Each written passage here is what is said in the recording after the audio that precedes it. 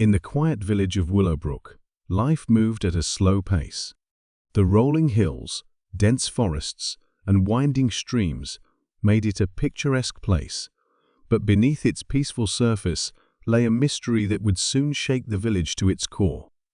It all began on a chilly autumn morning when Farmer John Harper discovered his prized sheep, Daisy, had gone missing from his barn. At first, John thought Daisy might have wandered off into the nearby woods, but when he found the barn door slightly ajar and a strange symbol carved into the wooden post, he knew something was wrong.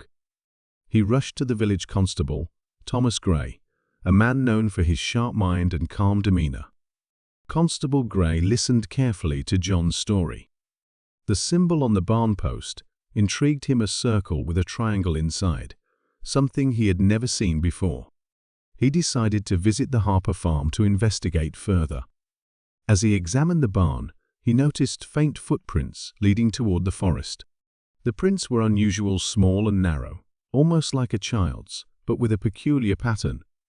The constable followed the trail into the woods, but it disappeared near a stream.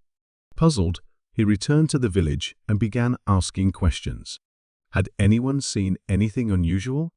Did anyone recognize the symbol?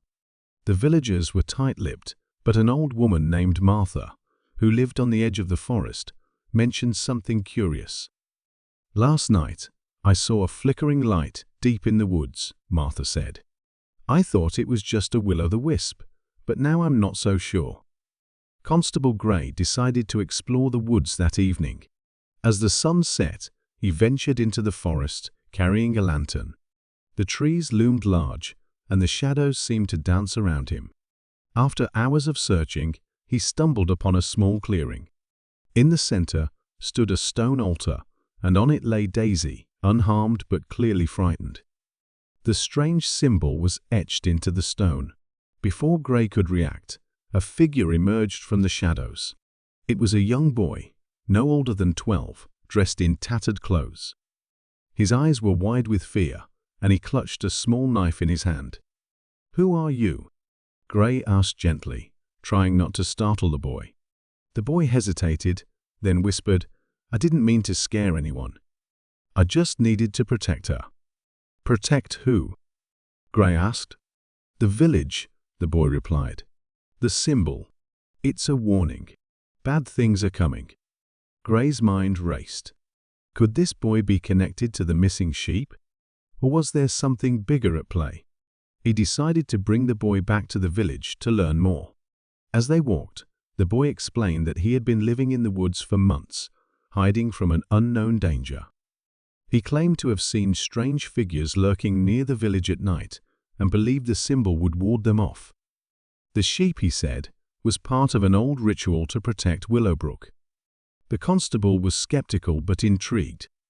He consulted the village elder, who revealed that the symbol was indeed ancient, used by their ancestors to protect against evil spirits. However, no one had used it in generations. The next night, Gray organized a watch. The villagers gathered at the edge of the forest, armed with lanterns and tools. As the clock struck midnight, a low hum filled the air, and shadows began to move. The villagers stood their ground, and the figures retreated into the darkness. From that day on, the symbol was carved into every barn and home in Willowbrook. The boy, whose name was revealed to be Samuel, was taken in by Farmer Harper. Daisy returned to her flock, and life in the village returned to normal, though no one ever forgot the night they solved the Rural Riddle. Constable Gray often wondered if the danger had truly passed, or if it was merely waiting, hidden in the shadows. But for now, Willowbrook was safe, and that was all that mattered.